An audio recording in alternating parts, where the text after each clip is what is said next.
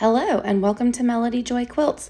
Today I'm going to be working on my Let's Get Fancy quilt kit. The fabric and pattern are by Sandy Gervais, and you can order the pattern by itself. So if you have a fat quarter bundle that you haven't known what to do with, or you just have some yardage that you could cut up, each block of this quilt uses 2 coordinating fat quarters plus background fabric. Now, I made some blocks with only 2 of the fat quarter fabrics, but some of them I used 3 or 4 coordinating fabrics. You can definitely play around with color placement. The quilt kit has a suggested color placement. In part 1 of this video series, I showed how I was cutting the fabric, and you do cut large squares, rectangles of the printed fabric, and then you cut all of the background fabric into little squares, except for what you're reserving for sashing later on. I'm taking those background squares and drawing a line diagonally from corner to corner. The next step is to choose which fabrics we want for this block. Again, I have an insert from the quilt kit with me because it has a suggested color layout, but I'm also just kind of freewheeling it here and trying to see what I like together. I'm choosing to go with a green color story for this block, and there's many beautiful green prints. And so I've picked out 5 of the squares, and now I need to pick out 4 rectangles in a coordinating color, and then another 4 rectangles in another coordinating color, or it can be the same as one of the 2 fabrics I already have.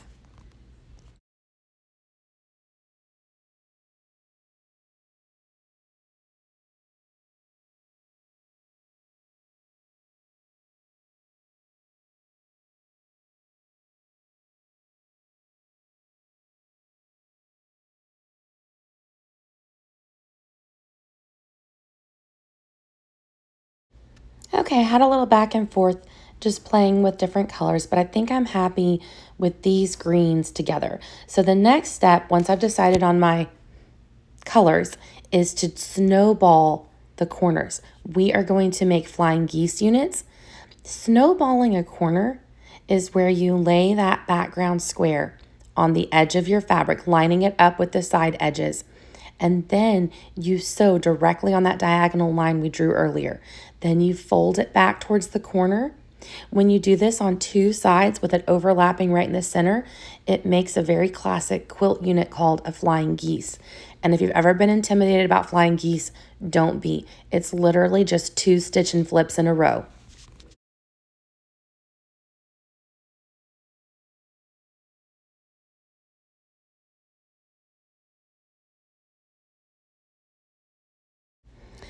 There are only 2 type of units we need to make. The first is those flying geese, and they kind of make a star around the center block of our 9 patch.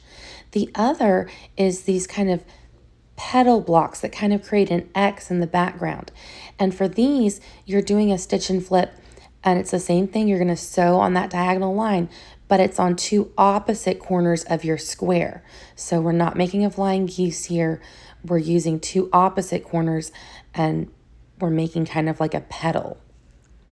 Now, I can't give you cutting instructions or sizes of all these blocks because it's not my pattern, and I purchased a quilt kit. But if you're interested in making this pattern, I'm going to put a link in the description of this video to where you can buy the pattern individually. Then you could make these beautiful blocks using whatever fat quarters you have in your stash or a fat quarter bundle you've been eyeing. This might be the perfect project. I am now pressing these blocks. These are those little flying geese units. So when you pull that corner back, you try to align it with the outside edges of your rectangle. Later, we're going to trim off the excess fabric underneath. Now, there is a method where you can make an additional half square triangle. These are so tiny. I tried, and they are just little tiny nubs. So I'm just trimming off the excess and tossing it, and I'm not going to worry about it. You try to trim about 1/4 of an inch away from your sewn line. And then the color points in towards the center of the block. So your background square shouldn't be touching the center of the block. It should be your fabric print pointing in towards the center of your block.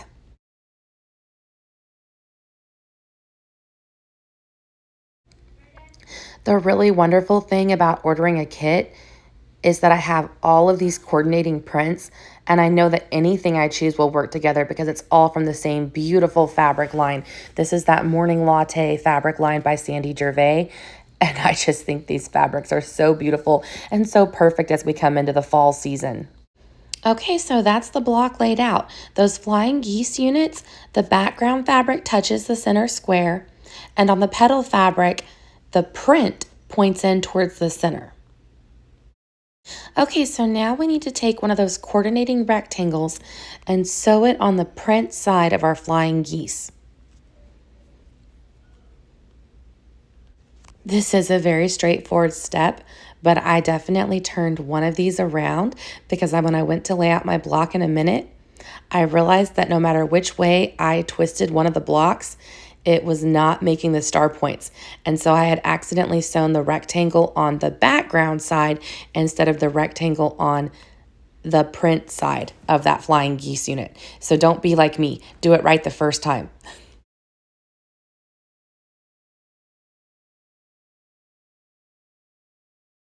I usually have a few things I keep in mind. If the pattern doesn't have pressing instructions, if it doesn't tell you which way to press the seams and it leaves it up to the quilter's choice, I will generally try to press towards the darker fabric, or I will try to press towards the side that has the least amount of diagonal seams. So in this case, I'm pressing it towards the solid rectangle. One, it's a darker fabric, and two, it doesn't have seams on it from the flying geese. Okay, here you can see my mistake. No matter which way I turn this block, it's not right. And so then I realized, okay, I sewed this on the wrong side.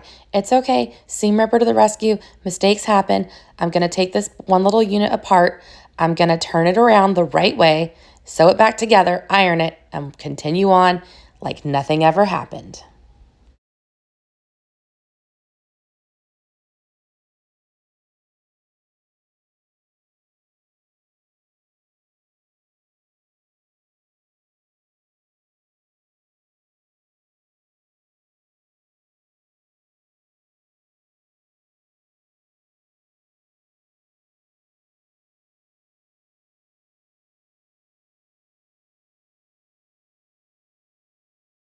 We now have 9 equal squares. We have it laid out like a 9 patch. And so you're going to pick up 2 blocks at a time and start sewing them together.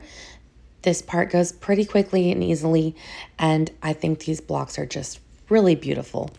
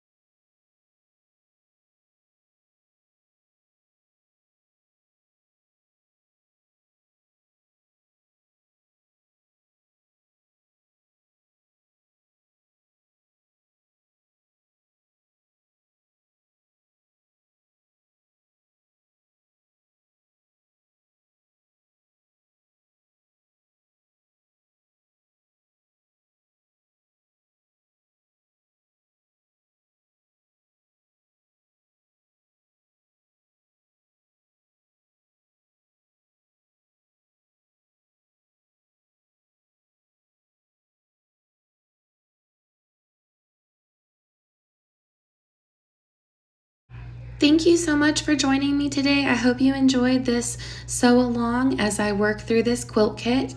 If you want to purchase the pattern, I'm going to put a link in the description. If you enjoyed this video or found it helpful or inspiring, please hit the like and subscribe button, share it with a quilting friend, and happy quilting!